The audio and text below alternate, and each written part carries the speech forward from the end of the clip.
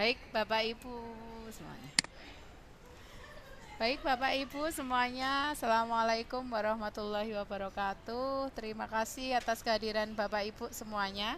Di waktu senggang Bapak Ibu, kita mau ngobrol tentang mendiskusikan tentang apa ya, hambatan-hambatan yang mungkin sering kita lalui ya. Kita lalui yang ada di dalam kelas tentang masalah mendisiplinkan anak. Nanti kita tidak saya yang memberikan materi, tetapi kita sebenarnya mau sharing bareng.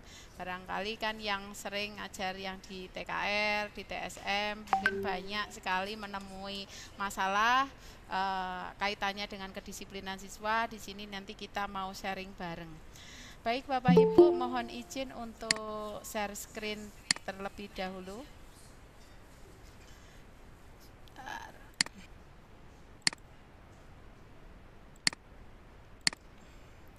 Ya, ini ya dia Bapak Ibu yang mau kita bahas pada siang hari ini sambil menunggu Bapak Ibu, sambil membersamai Bapak Ibu, sambil makan siang juga boleh. Nah, jadi kita akan membahas tentang bagaimana membiasakan disiplin positif.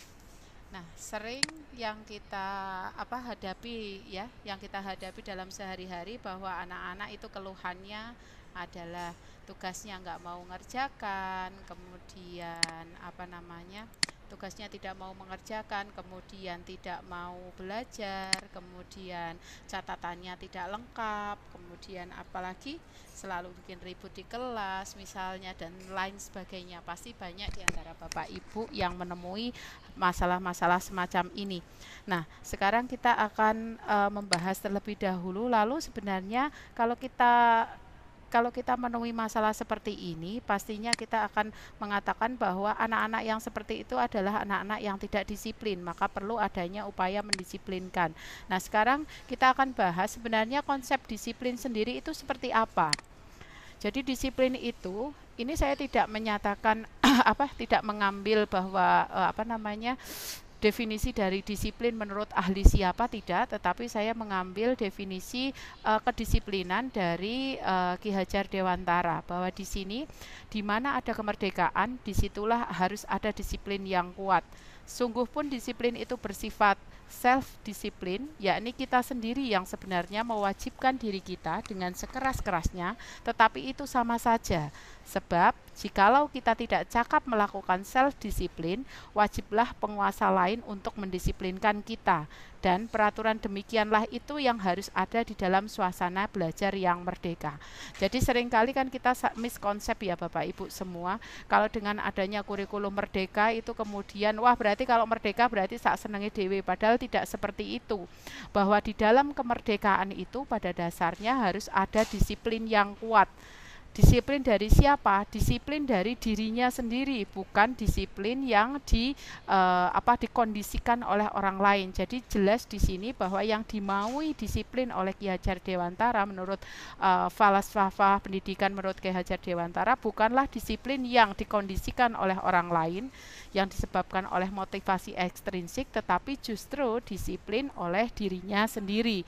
Sehingga disiplin ini sebenarnya pada hakikatnya berarti bahwa mereka bisa bertanggung jawab dengan apa yang mereka lakukan.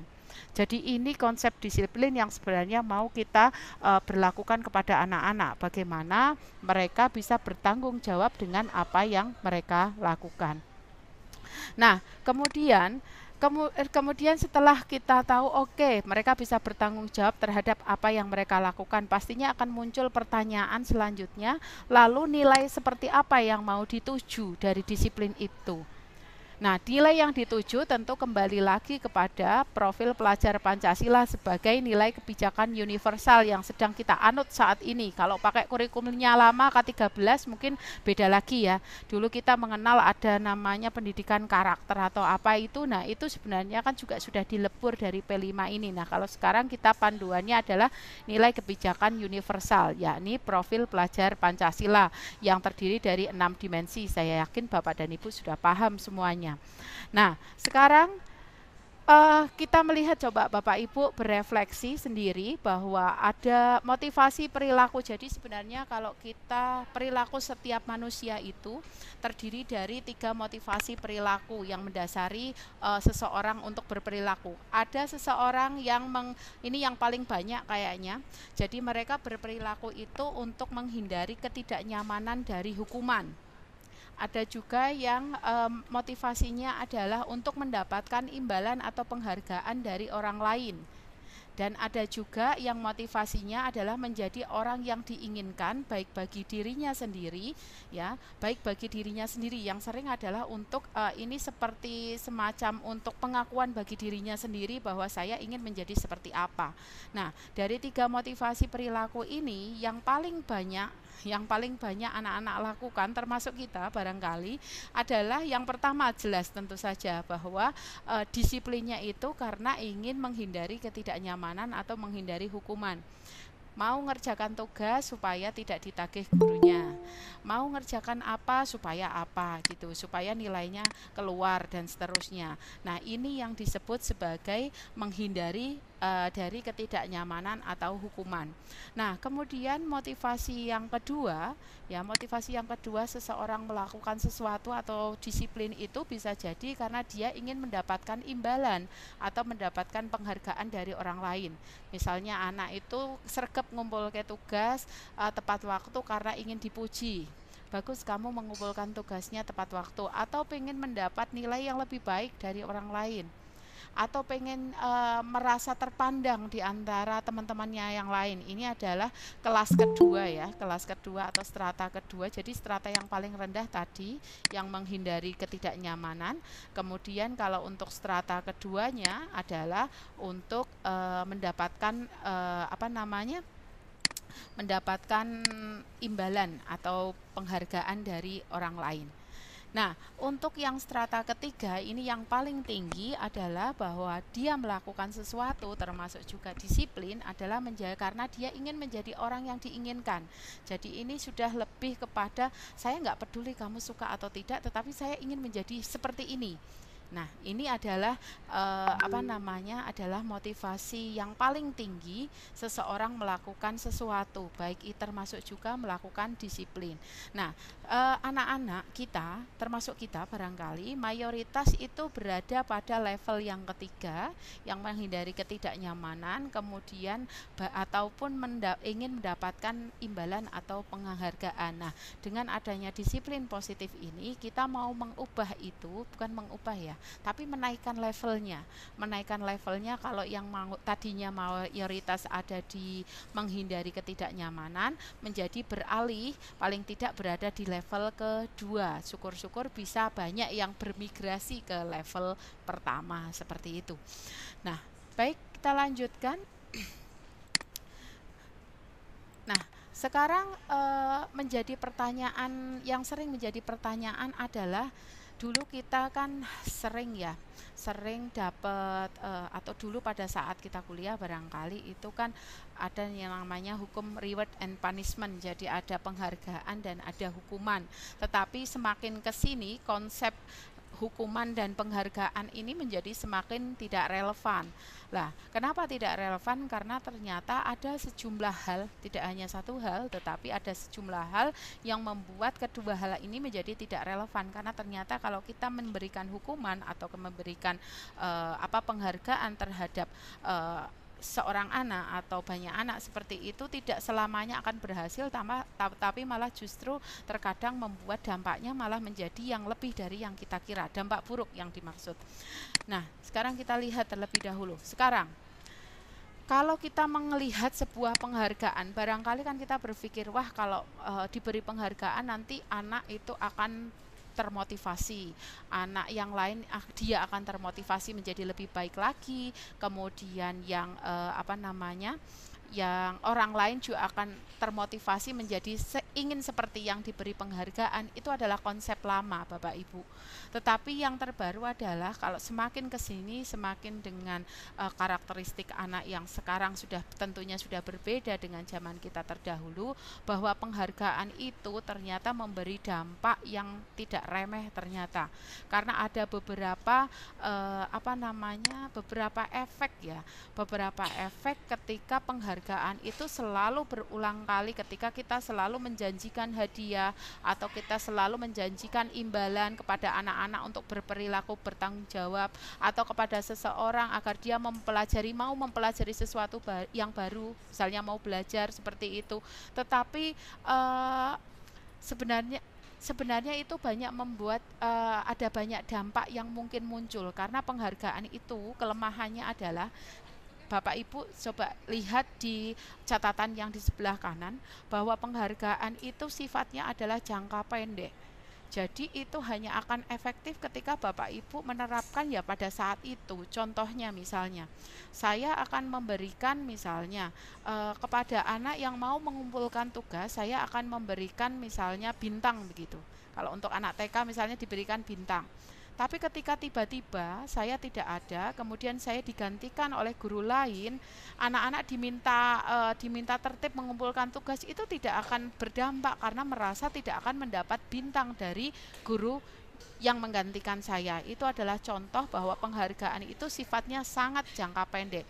Gurunya berubah, pasti anak-anaknya sudah ambiar. Kemudian penghargaan itu juga tidak efektif ya. Tidak efektif dan bisa merusak hubungan. Apa maksudnya penghargaan itu bisa merusak hubungan? Misalnya, saya diberi penghargaan, kemudian tentunya kan orang lain itu ada yang ingin mendapat penghargaan yang sama misalnya. Nah, ketika orang lain tidak bisa mengendalikan dirinya untuk tidak tanda kutip iri, itu akan justru merusak hubungan. Akhirnya yang tadinya hubungannya baik-baik saja menjadi tidak baik karena dia dapat penghargaan, saya tidak. Saya padahal pengen loh, padahal saya itu lebih baik dari dia loh, tapi kenapa dia yang dapat penghargaan? Nah, itu adalah salah satu contoh kenapa penghargaan bisa jadi merusak hubungan. Ada lagi bahwa penghargaan itu juga bisa mengurangi ketepatan. Jadi kalau misalnya Bapak Ibu, misalnya saya memberikan penghargaan kepada anak yang nilai ulangannya selalu bagus dalam 4 kali kuis berturut-turut misalnya. Nah, setelah mendapat penghargaan itu biasanya anak-anak akan terlena, sehingga dia akan di kuis yang selanjutnya bukannya termotivasi, tetapi lebih seringnya karena kemarin saya sudah dapat, maka ke depan udahlah nggak usah effort yang lebih baik lagi, karena pastinya saya sudah bisa. Yang kemarin saja saya nggak begitu belajar, saya bisa, berarti yang ke depan saya pasti lebih bisa gitu. Padahal itu malah justru bisa mengurangkan ketepatan, juga bisa menurunkan kualitas. Cenderung orang-orang yang sudah mendapatkan penghargaan, dia akan merasa lebih di atas angin, sehingga dia malah justru tidak yang seharusnya bertujuan untuk biar dia termotivasi untuk meningkatkan diri, tetapi malah justru tidak tercapai, tetapi malah justru terlena dan akhirnya malah justru menurunkan kualitas. Termasuk juga mematikan kreativitas juga sama. Jadi kalau misalnya yang bagus, misalnya ada karya, misalnya ada Bapak Ibu misalnya menyuruh anak untuk membuat karya tertentu, kemudian karya yang terbaik menurut Bapak Ibu diberi penghargaan. Nah, itu justru akan mematikan kreativitas. Karena apa? Karena anak-anak menjadi terpaku bahwa karya yang terbaik itu adalah yang seperti itu, yang diberi penghargaan. Padahal ada banyak kreativitas yang mungkin bisa digali lagi, cuman kebetulan pada saat itu belum muncul. Nah, itu bahayanya. Kemudian penghargaan itu jadi untuk yang mematikan kreativitas itu, jadi kalau sudah misalnya karyanya yang dibuat video itu yang diberi penghargaan, maka anak akan berpikir bahwa kalau yang bikin video itu yang paling bagus. Padahal bisa jadi tidak video yang paling bagus, dia mungkin bakatnya ada di yang lain, dia mungkin bakatnya membuat posternya atau membuat apa, tetapi karena sudah yang dapat penghargaan adalah yang bentuknya video, dia sudah merasa bahwa yang bentuknya tidak selain video itu menjadi tidak kreatif. Akhirnya ini yang justru menjadi mematikan kreativitas, seperti itu. Kemudian penghargaan itu juga bisa menghukum loh Bapak Ibu. Jangan salah, orang yang diberi penghargaan itu mendapat beban yang berat karena dia harus mempertahankan itu, dan saya mengatakan harus menjadi orang setengah dewa karena nggak boleh salah. Dia sudah menjadi guru yang dinyatakan begini, berarti nggak boleh salah loh. Kamu kan sudah dinyatakan menjadi guru terkreatif, berarti kamu nggak boleh sama sekali nggak kreatif dalam sehari aja, nggak boleh. Nah itu yang disebut sebagai penghargaan yang menghukum, karena membuat orang itu menjadi terpancang gitu. Nah kemudian yang terakhir adalah penghargaan bisa menghilangkan motivasi intrinsik. Ini contohnya misalnya kalau anak-anak lagi kita beri suatu keterampilan baru. Misalnya kita beri anak-anak yang inilah, anak-anak kecil lah yang gampang. Jadi kita ajari mereka nulis misalnya. Lagi senang-senangnya nulis, terus kita beri hadiah. Akhirnya yang tadinya nulisnya karena senang berubah menjadi motivasinya menjadi nulisnya karena pengen dapat hadiah. Nah ini yang bahaya Bapak Ibu. Jadi walaupun kelihatannya bahwa penghargaan itu ingin ingin bisa meningkatkan motivasi seseorang, tetapi pada dasarnya penghargaan itu kalau tidak hati-hati justru berakibat yang saya blok kuning itu, ada hanya jangka pendek, tidak efektif, bisa merusak hubungan, kemudian mengurangi ketepatan dan seterusnya sampai menghilangkan motivasi intrinsik. Seperti itu Bapak Ibu. Nah, sekarang kemudian kalau penghargaan itu ternyata berbahaya, sekarang bagaimana dengan istilah? Nah ini ada 3 istilah lain yang barangkali Bapak Ibu sering dengar untuk yang kedua. 2 istilah yang hitam itu sering didengar, ada hukuman, ada konsekuensi, dan ada restitusi. Nah ini restitusi ini barangkali adalah hal baru bagi Bapak Ibu. Nah untuk hukuman dan konsekuensi barangkali kita mungkin paham ya, tetapi akan muncul pertanyaan bahwa sebenarnya apa sih bedanya antara hukuman dan konsekuensi? 2 hal ini terminologinya sangat berbeda Bapak Ibu. Jadi kalau kita biasa memberikan hukuman, reward and punishment ya, hukuman dan penghargaan. Kalau penghargaan oke, tadi sudah kita tahu bahwa ternyata banyak sekali kelemahannya. Nah sekarang kalau hukuman, apakah sejauh ini yang kita berikan itu hukuman atau konsekuensi? Dan sebenarnya apakah yang lebih bagus itu apakah hukuman, apakah konsekuensi, ataukah restitusi? Nah, kalau pengertian restitusi sendiri itu Bapak Ibu bisa mirsani ya. Restitusi merupakan proses kolaboratif yang mengajarkan murid untuk mencari solusi atas masalah mereka dan membantu berpikir tentang apa yang sebenarnya mereka inginkan dan bagaimana mereka harus memperlakukan orang lain. Ini adalah untuk definisi secara teoritisnya. Tetapi kalau kita mau pengen tahu perbedaan dari ketiganya, sebenarnya apa sih perbedaan antara hukuman, konsekuensi, dan restitusi? Monggo Bapak Ibu persani di tabelnya. Jadi kalau Bapak Ibu misalnya anak-anak terlambat masuk kelas, kemudian kamu kok terlambat? Iya Bu, saya bangun kesiangan. Ya sudah, karena kamu terlambat, silahkan push up 10 kali. Itu adalah hukuman. Karena apa? Karena sebelumnya anak tidak pernah diajak untuk berdiskusi konsekuensi kalau dia masuk terlambat. Jadi istilahnya kalau hukuman itu seperti sak senenge gurune mau ngapain. Kalau gurunya lagi mood mungkin disuruh untuk push up. Mungkin guru lain akan memberikan hukuman disuruh bersih-bersih atau apapun itu. Nah, itu yang disebut sebagai hukuman. Jadi kendalinya adalah di guru. Sementara siswa itu tidak pernah diajak untuk membicarakan konsekuensi kalau misalnya dia datang terlambat harus seperti apa. Nah, sementara konsekuensi ada proses di mana siswa itu diajak untuk bicara. yuk kita di awal pembelajaran kita punya aturan bahwa kamu tidak boleh masuk terlambat misalnya. Tidak boleh masuk terlambat. Sekarang kalau misalnya kamu masuk terlambat, apa konsekuensinya? Berarti apa yang harus kamu lakukan? Misalnya, ya sudah Bu, kalau misalnya terlambat berarti harus dihukum. Oke, kalau harus dihukum berarti hukumannya mau apa? Nah, ada proses mendiskusikan di situ. Hukumannya berarti ya sudah Bu, hukumannya suruh push up saja. Ya sudah, oke. Kalau itu Bapak Ibu lakukan, itu masuk ke konsekuensi. Karena apa? Sama-sama push up, tetapi kalau hukuman itu tadi tidak pernah dibicarakan sebelumnya, sementara kalau konsekuensi itu sudah dibicarakan. Jadi memang sudah ada kesepakatan antara guru dan siswa bahwa kalau misalnya terlambat, konsekuensinya berarti saya harus push up. Itu yang disebut konsekuensi. Nah, kalau restitusi hampir sama dengan konsekuensi, tetapi lebih disempurnakan. Sekarang saya tak tanya Bapak Ibu, kalau misalnya anak terlambat, kemudian konsekuensinya adalah dia push up, apa hubungannya?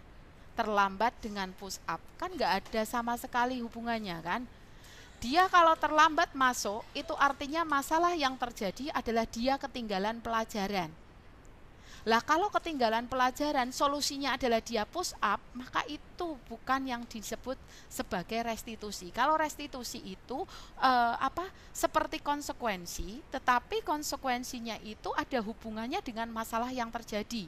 Jadi kalau hukuman itu perilakunya pasif agresif, pokoknya intinya pokoknya waton sakmute gurune, konsekuensi itu ada kesepakatan sebelumnya. Tetapi kalau restitusi selain ada kesepakatan sebelumnya, tetapi titik tekannya adalah mencari solusi. Jadi tadi yang saya contohkan, terlambat kalau Bapak Ibu tidak pernah ada pembicaraan sebelumnya, ujuk-ujuk langsung ngongkon push up, berarti itu menjadi hukuman. Tetapi kalau sudah ada kesepakatan di awal bahwa kalau misalnya nanti terlambat, berarti nanti harus dihukum. Hukumannya apa? Hukumannya push up Bu, hukumannya denda buat infak Bu misalnya. Itu masuknya konsekuensi. Tetapi alangkah lebih baik lagi jika konsekuensi yang dilakukan itu memang ada hubungannya dengan masalah. Kalau masalahnya tadi terlambat, berarti masalahnya dia adalah ketinggalan pelajaran atau ketinggalan catatan atau ketinggalan apapun itu.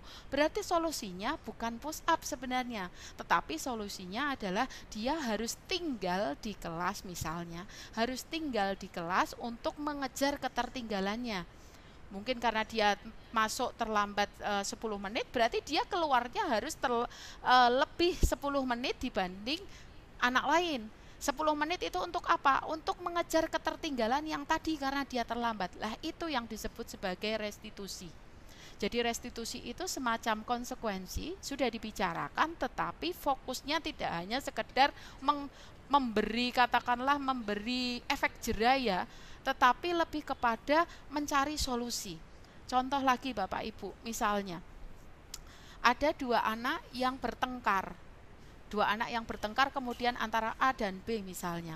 Kemudian A itu mukul si B misalnya, atau narik bajunya sampai bajunya itu kancingnya lepas semua misalnya seperti itu.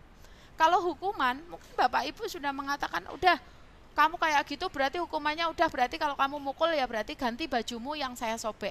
Misalnya kalau kamu nyobek bajunya temennya, berarti kamu ganti baju kamu yang saya sobek. Itu hukuman karena apa? Karena di awal tidak pernah ada kesepakatan bahwa kalau misalnya dia ada sesuatu terjadi terus kemudian hukumannya seperti itu. Nah, menjadi konsekuensi apabila sekolah atau di kelas itu punya semacam aturan kesepakatan kelas bahwa andaikan terjadi keributan, bahwa nanti konsekuensinya harus dibawa kemana, kemudian nanti minta maaf atau bagaimana. Nah, itu prosedur itu namanya konsekuensi. Tetapi menjadi restitusi jika antara dua pihak ini kemudian diajak untuk duduk bersama untuk berbicara sekarang begini, kalau misalnya bajunya sobek, apa kerugiannya buat dia? Kerugiannya adalah dia nggak punya baju, kasihan kan, malu. Berarti solusinya kalau hanya minta maaf itu bukan restitusi namanya. Kalau minta maaf itu jelas, itu konsekuensi kan, berbuat salah konsekuensinya minta maaf atau dihukum yang lain, tetapi itu tidak menyelesaikan masalah. Apakah dengan meminta maaf terus kemudian baju anak yang tadinya sobek itu kemudian dia bisa berpakaian normal? Kan tidak. Maka kalau ada pada langkah restitusi itu, maka harus dibicarakan juga bagaimana supaya anak yang tadi bajunya sobek bisa mengembalikannya ke kondisi awal. Oh, akhirnya akan muncul, tapi anak diajak diskusi, bukan perintahnya dari gurunya. Akhirnya mungkin akan muncul solusi, ya sudah Bu, karena itu baju saya sobekkan, bajunya dilepas dulu sebentar, saya jahit sebentar biar dia bisa berpakaian dengan layak. Nah, itu adalah salah satu contoh dari restitusi. Jadi begitu Bapak Ibu, hukuman, konsekuensi dan restitusi itu adalah 3 hal yang berbeda ya. 3 hal yang berbeda. Di sini pada intinya kalau hukuman biasanya ini poin yang saya sedang gerakan ya. Ini seringnya adalah dibuat guru ya, dibuat guru sekonyong-konyong sak karepe gurune, kadang-kadang di kelas ini disuruh push up, di kelas yang lain disuruh ngapain, kan beda lagi. Kemudian kalau konsekuensi itu sudah ada kesepakatan, sudah ada kontrak awal antara guru dan siswa bagaimana jika terjadi hal-hal semacam A, B, C atau D dan seterusnya. Nah, untuk restitusi sendiri tidak hanya dibuat guru, bukan dibuat guru tetapi dibuat oleh siswa atau murid sendiri, karena titik tekannya lebih kemana? Lebih kepada solusi bagaimana menyelesaikan masalah yang ada. Jadi tidak tertarik untuk membahas siapa yang salah atau tadi kronologinya seperti apa, tetapi lebih tertarik ya sudah, kalau kejadiannya seperti ini terus kira-kira kamu pengennya diselesaikannya seperti apa. Itu semacam itu Bapak Ibu, jadi untuk restitusi. Nah, kemudian ketika kita tadi ya sudah ada hukuman, kemudian ada konsekuensi, ada restitusi, ada tadi sebelumnya ada motivasi manusia berperilaku. Nah, sekarang kita menjadi guru biasanya ada 5 peran yang sering kita lakukan. Yang pertama perannya adalah tukang hukum. Telat meneh, kok telat terus toh? Awas loh kalau terlambat lagi. Itu adalah kata-kata ketika kita menjadi penghukum. Saya yakin termasuk saya juga Bapak Ibu pernah melakukan kelima peran ini. Terus pembuat rasa bersalah, kamu ki piye toh? Kamu kan sudah berjanji tidak akan mengulangi lagi, lah kok gini lagi, saya kecewa. Itu adalah pembuat rasa bersalah. Kemudian teman, loh kamu itu loh, kemarin kan sudah janji, kenapa telat lagi? Sambil kelihatannya gesturnya itu gestur menganggap teman. Nah, itu sebagai teman. Ada yang sebagai pemantau. Kamu kan tahu toh, hari ini kita mulai jam berapa? Tahu Pak. Lah kamu terlambat 15 menit. Apakah kamu sudah ngerti konsekuensinya? Ya tahu. Tahu Pak konsekuensinya. Baik, kalau tahu berarti kamu harus tinggal dan seterusnya di sini. Jadi instruksinya dari guru. Jadi ini lebih kepada kalau tadi kaitannya dengan hukuman, kemudian ada konsekuensi dan restitusi. Ini kalau pemantau itu lebih kepada peran ketika guru memberikan konsekuensi. Jadi instruksinya masih dari guru. Nah, yang terakhir adalah sebagai manajer. Nah, sebagai manajer ini kasusnya sama, dia telat, tetapi bedakan pada pemantau, dia kan gini, paham Pak, tahu kan konsekuensinya? Iya tahu Pak, berarti harus bagaimana? Saya harus tinggal di kelas misalnya bla bla bla bla. Nah, kalau sebagai manajer, dia ini tidak hanya sekedar menanyakan konsekuensinya, lah tapi bertanya, kira-kira kamu mau memperbaiki masalah ini dengan bagaimana? Saya bisa menanyakan dengan teman saya, Pak. Nah, sekarang kalau menanyakan dengan teman kamu, apakah besok saya bisa ngecek? Nah, dan seterusnya. Jadi anak yang mengkonstruksi sendiri solusi masalahnya. Jadi kalau pemantau itu konsekuensinya itu sudah ada dan guru hanya sekedar mengingatkan konsekuensi yang sudah disepakati. Sementara kalau manajer itu dia merumuskan sendiri kira-kira solusi masalahnya apa. Seperti itu Bapak Ibu. Nah, sekarang akhirnya adalah menjadi berakhir pada pertanyaan ketika tadi kita melihat ada perbedaan antara hukuman, kemudian ada konsekuensi, ada restitusi, kemudian kita juga melihat ada namanya kelemahan dari penghargaan, maka muncullah pertanyaan sekarang apakah hukuman dan penghargaan ini masih relevan untuk diterapkan, ya, karena kalau melihat dari ketiga hal tadi dan beberapa hal yang sudah dinyatakan sebelumnya, ini menjadi tidak relevan karena ternyata kita sekarang sudah berada pada kondisi di mana karakteristik anak sudah jauh berbeda dan terlihat sekali bahwa untuk menumbuhkan disiplin positif itu tidak bisa hanya menggunakan hukuman atau konsekuensi saja. Kenapa? Karena hukuman dan konsekuensi tadi yang lebih dimunculkan adalah motivasi yang tadi, motivasi yang awal bahwa dia menghindari ketidaknyamanan atau mengharapkan imbalan atau penghargaan. Sementara disiplin positif yang mau kita sasar adalah disiplin di mana disiplin itu munculnya adalah motivasi intrinsik, sehingga kalau hukuman dan penghargaan ini masih dilakukan menjadi tidak relevan. Nah, sekarang yang relevan itu yang apa? Yang relevan adalah yang restitusi, Bapak Ibu. Karena restitusi ini siswa itu diminta untuk mengonstruksi sendiri solusi dari masalah yang dia buat. Nah, sekarang konsepnya restitusi itu seperti apa sih? Apa sih bedanya dengan yang lebih detail ya? Apa sih bedanya dengan konsekuensi, kemudian dengan hukuman? Itu sebenarnya bedanya ada di mana? Nah, di sini kalau yang namanya restitusi itu konsepnya yang pertama harus dipegang adalah bahwa konsekuensi itu bukan untuk menebus kesalahan, tetapi belajar dari kesalahan. Jadi kalau tadi masalah terlambat, kalau dengan konsekuensi kita akan mengatakan bahwa, nah sekarang konsekuensinya apa? Berarti saya harus tinggal di kelas, Pak, berarti konsekuensinya kalau kamu terlambat berarti kan kita punya konsekuensi untuk tinggal di kelas ya. Nah, itu konsekuensinya. Nah, tetapi kalau restitusi itu tidak sampai di situ. Jadi seperti restitusi itu, kalau konsekuensi itu seperti restitusi yang tidak selesai, kalau saya mengatakan seperti itu. Kalau konsekuensi itu hanya sampai pada konsekuensinya apa sudah selesai, tetapi kalau restitusi itu dilanjutkan lagi, dilanjutkan dengan, nah sekarang kalau seperti ini kira-kira apa pelajaran yang kamu ambil, besok kira-kira harus bagaimana, dan seterusnya.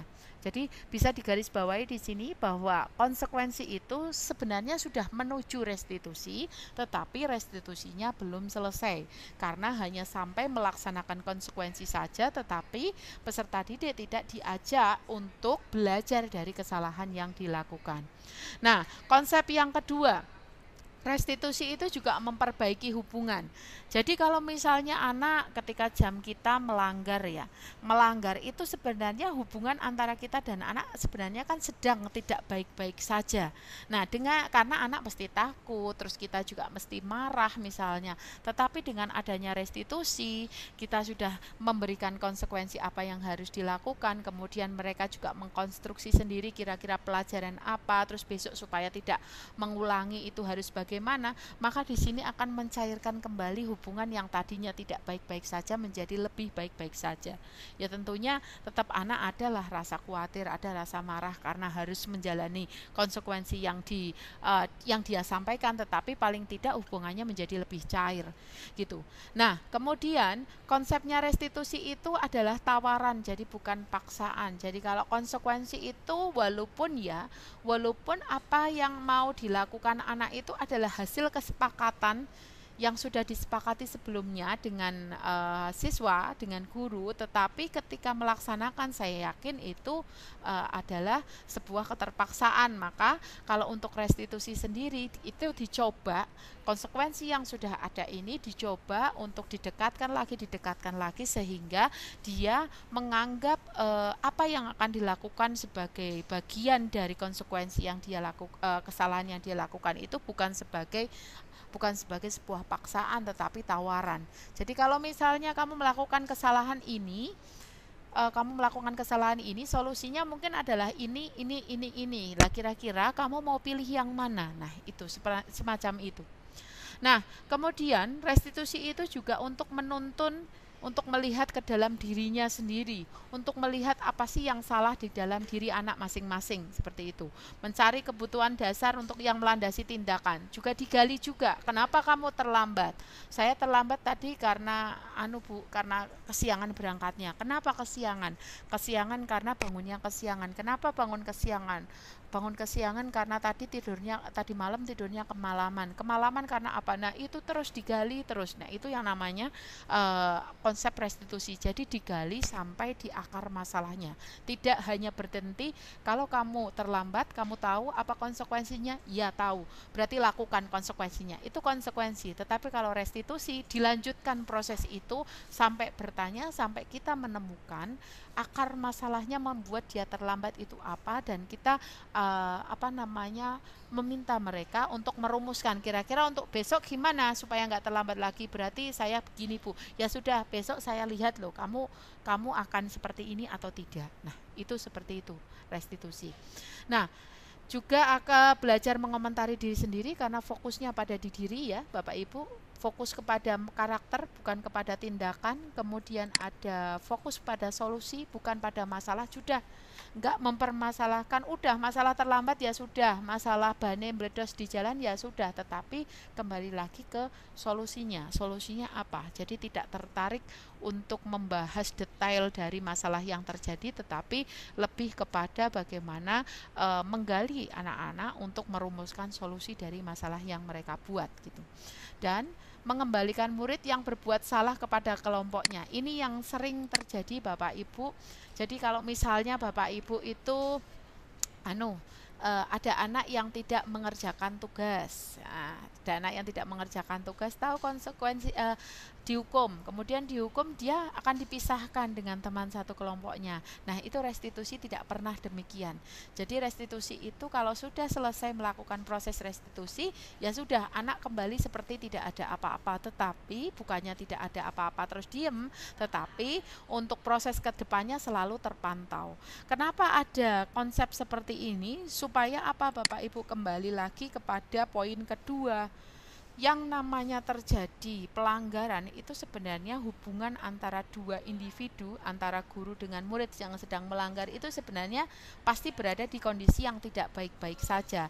Nah, kita berusaha memperbaiki hubungan itu, maka jangan pernah murid yang tadi berbuat salah itu kemudian dibedakan, tetapi lebih baik dikembalikan ke teman-temannya seperti tidak ada apa-apa. Jadi untuk setelah proses restitusi selesai, ya sudah, kembalikan ke kelompoknya seperti tidak terjadi apa-apa, seperti kita tidak ngeceng lah istilahnya, tetapi tetap dipantau.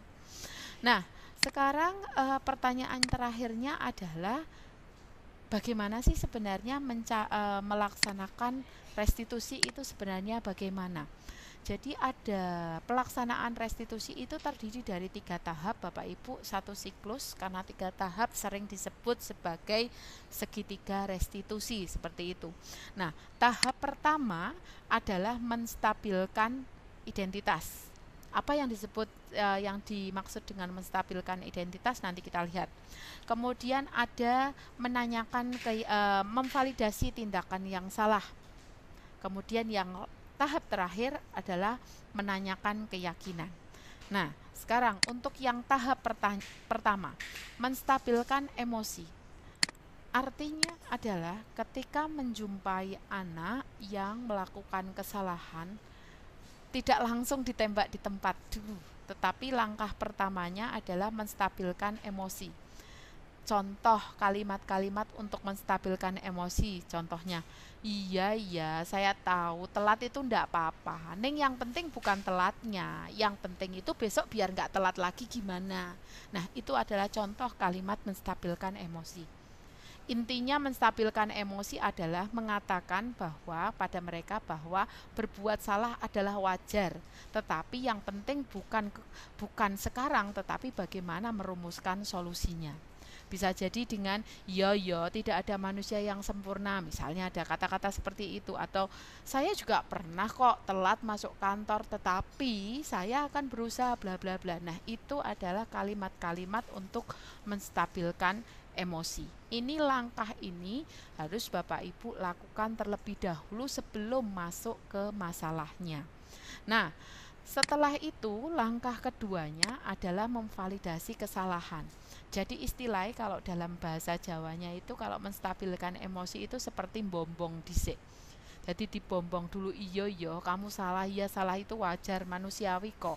Nah, tetapi di tahap kedua sudah ada validasi kesalahan. Nah, sudah ada validasi kesalahan, iya ya, benar, memang manusia itu nggak bisa merencanakan sesuatu. Tetapi kalau terlambat itu salah nggak? Nah, ini kalimat untuk memfasilitasi kesalahan. Jadi tidak semata-mata terus dibombong terus bariku didiamkan saja enggak. Jadi baru dibombong terus nanti tetap divalidasi kesalahan. Iya ya Bu, saya lupa Bu, nggak bawa tugasnya, buku tugasnya ketinggalan. Iya ya, saya tahu. Kan lupa itu adalah ya lupa itu fitrah. Tetapi kalau lupa nggak bawa tugas itu tetap salah nggak? Kan harusnya ngumpulkan sekarang. Tetap salah nggak? Ya tetap salah Bu. Nah, jadi seperti itu. Jadi pertama dibombong, tetapi tetap ada validasi kesalahan. Contoh kalimatnya, nah bisa jadi, tapi kan itu tetap salah atau bisa juga ditanya dengan kamu pasti punya alasan loh, itu kenapa kamu kok pakainya sepatunya nggak hitam hari ini, kok pakainya sepatu putih. Anu Bu, ternyata bahwa sepatu hitamnya itu kemarin kehujanan bla bla bla bla dan seterusnya. Nah, ini adalah contoh kalimat-kalimat untuk memvalidasi kesalahan. Jadi kalau sudah dibombong, terus yang ke tahap kedua adalah ditunjukkan kesalahannya, digarisbawahi ya, digarisbawahi seperti itu baru menuju baru menuju pada tahap yang ketiga. Apa tahap ketiga? Tahap ketiganya adalah menanyakan keyakinan. Nah, tadi kalau misalnya ya, kasusnya adalah kasus terlambat. Iya ya, saya tahu. Kita kan nggak bisa berencana ya. Memang kita nggak bisa berencana, niatnya sih berangkat pagi, tapi ternyata kok masih terlambat juga. Ya saya juga pernah terlambat kok. Tapi terlambat itu salah nggak? Ya salah Bu, itu sudah masuk di validasi kesalahan. Nah, tetapi di tahap ketiga setelah tahu iya salah sih Bu, karena kalau terlambat gini. Nah, baru di tahap ketiga ini ditanyakan, lah terus kalau menurut kamu kalau terlambat itu bagaimana? Salah enggak? Ya salah. Kalau terlambat itu sebenarnya bikin apa sih dampaknya dan ini dan itu, akhirnya digali. Ya, nek terlambat itu akhirnya mengganggu Bu, mengganggu temennya karena saya masuknya jadi terlambat terus mengganggu temennya.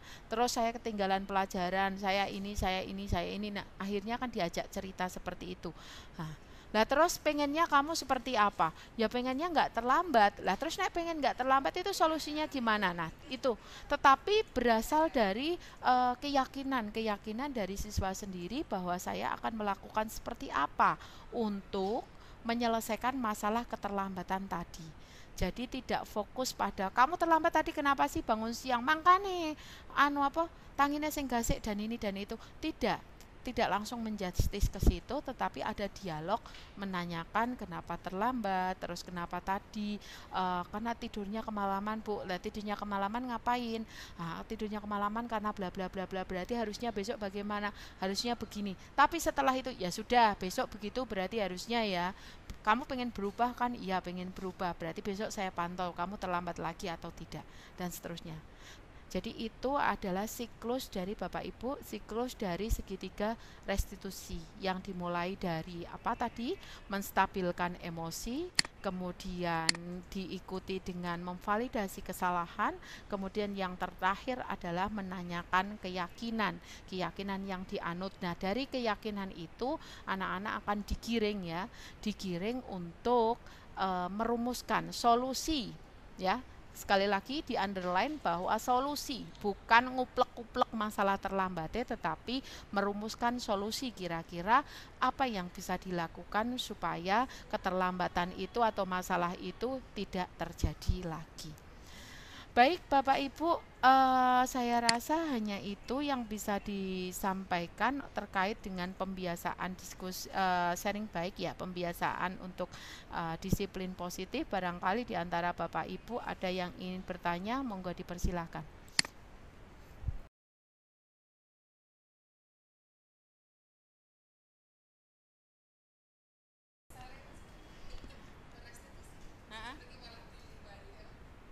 diwale. Oh, contohnya gimana contohnya Bu? Contohnya. Hmm, terus?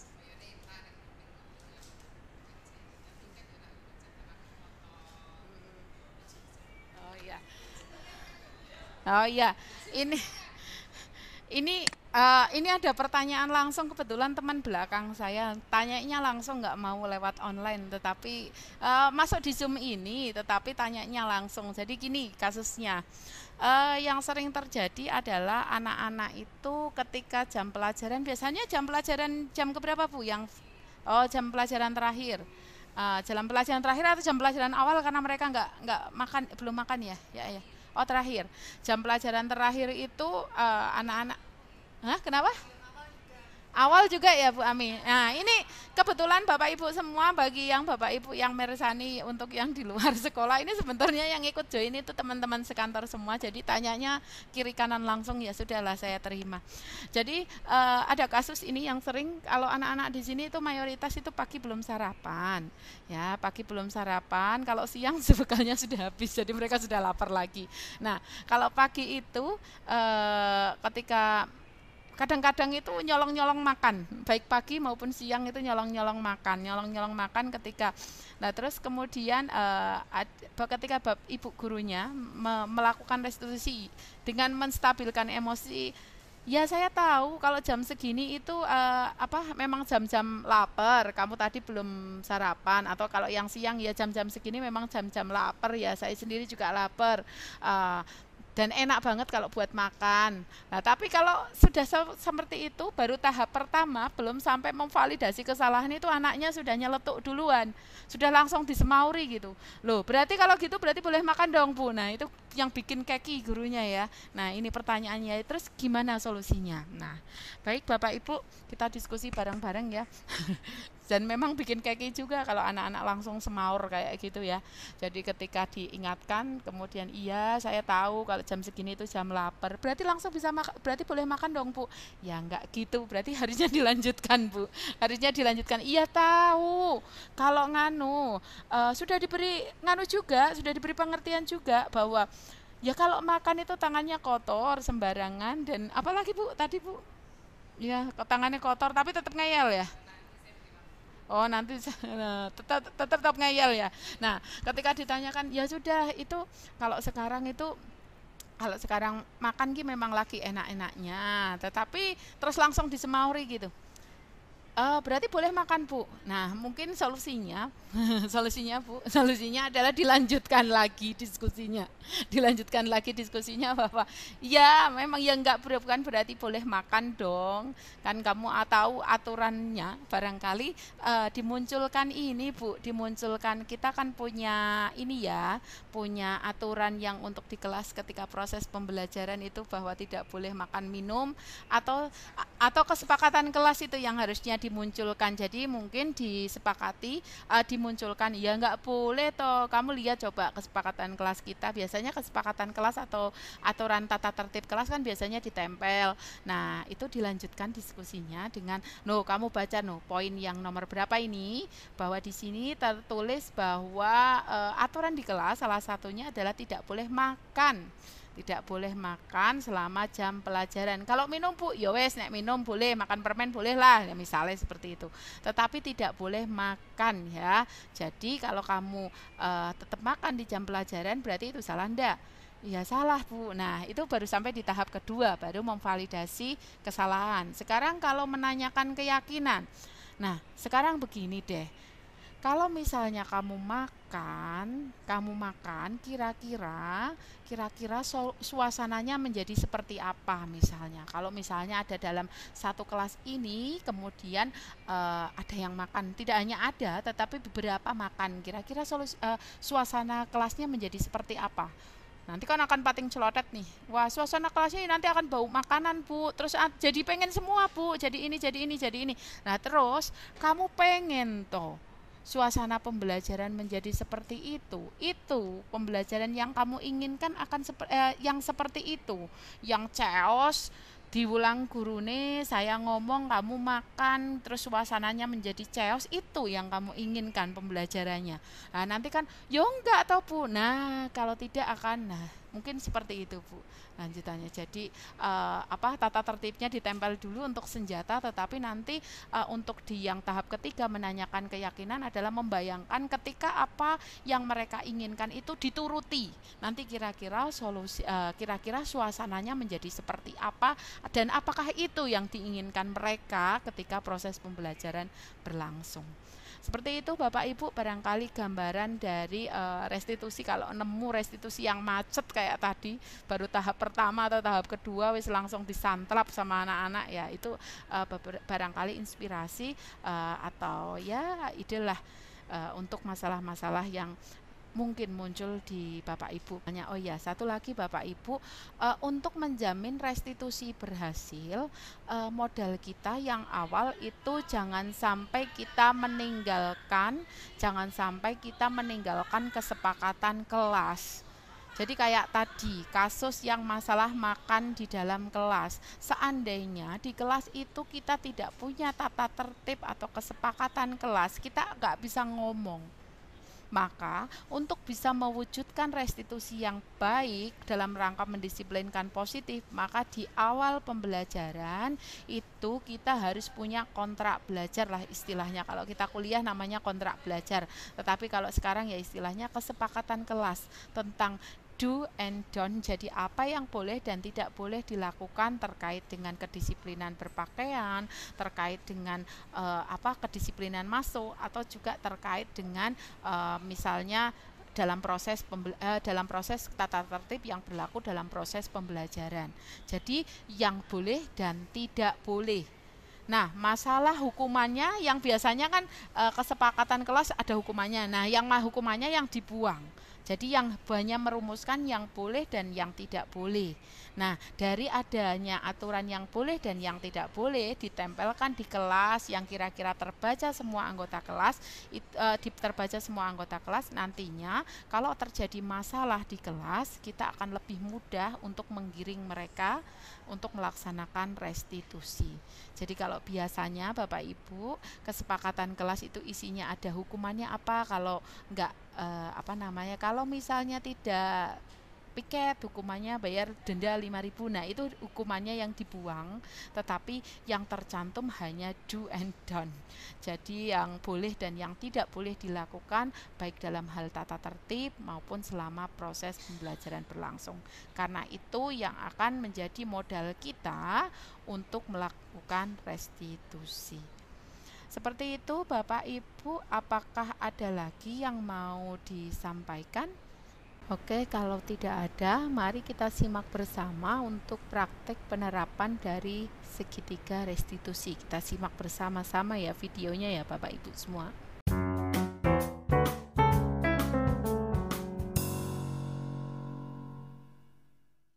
Ya, kamu saya panggil, takut? Iya. Takut. Ya, tak panggil itu bukan mesti harus tak marahi, tetapi pastinya ada sesuatu lah, saya butuh konfirmasi ke kamu. Ya, saya butuh konfirmasi ke kamu dan saya tegaskan bahwa kalau tak panggil mungkin ada kesalahan, tetapi yang namanya orang berbuat salah itu biasa. Yang penting kamu mau memperbaikinya ke depan besok seperti apa, ya. Nah, sekarang saya mau tanya dulu, kamu minggu kemarin nggak berangkat pelajaran saya, ya kan? Nah, terus kira-kira kalau nggak berangkat, terus minggu ini kan minggu kemarin, jadi kan yang nggak berangkat kan minggu kemarinnya lagi, terus minggu berikutnya kamu berangkat, terus minggu ini kamu harus berangkat, ada yang salah nggak? Apa yang salah? Masalah nilainya. Nah, masalah nilainya apa sih kesepakatan itu? Kalau setiap pertemuan ada apa? Ada ulangan. Ada kuis kan? Iya, ada kuis.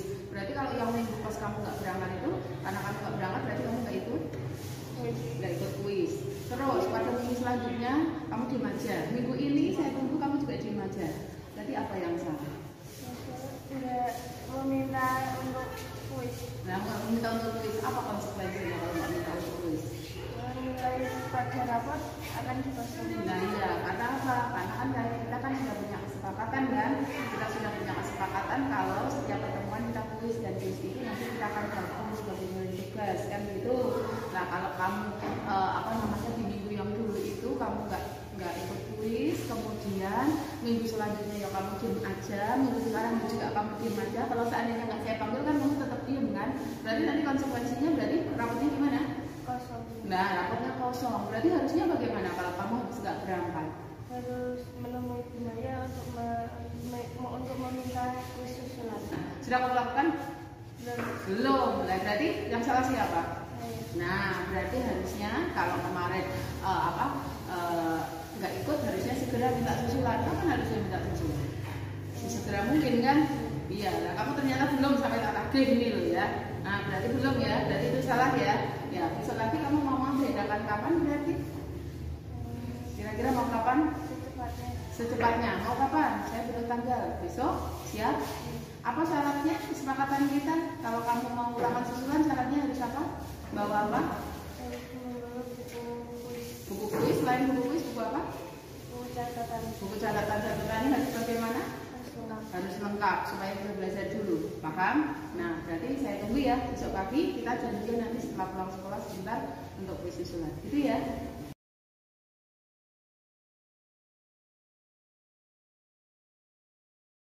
Kalau ditanya kayak tadi dibanding kayak biasanya, kamu tadi kan diminta untuk ya supaya kamu cari tahu ya kesalahanmu di mana. Kalau ditanyain kayak tadi lebih nyaman apa lebih takut? Lebih nyaman sih Bu. Kenapa lebih nyaman? Karena kan biasanya sering dimarahin. Langsung dimarahin. Ya, nanti kan lebih nyaman. Dicari dulu salahnya di mana gitu. Terus habis itu kamu diminta apa? Menanggapi tugas-tugas. Iya, diminta untuk menanggapi tugas-tugasnya sebagai bagian dari konsekuensi kesalahan kamu, iya kan? Berarti lebih nyaman ya? Seperti itu Bapak Ibu, apakah ada lagi yang mau disampaikan? Tidak Bapak Ibu? Baik, kalau tidak ada yang disampaikan, saya ucapkan terima kasih Bapak Ibu mau nderek untuk ikut berdiskusi bersama di kelas di room kita hari ini. Saya mohon maaf bila banyak di antara apa yang saya sampaikan masih banyak terdapat kesalahan. Saya minta maaf yang sebesar-besarnya. Terima kasih sekali lagi. Wassalamualaikum warahmatullahi wabarakatuh. Silakan kalau ingin meninggalkan room. Monggo Bapak Ibu, terima kasih semuanya. Waalaikumsalam. Makan Bu Maya. Iya. Ya. Ya. Baru pulang. Ya, terima kasih.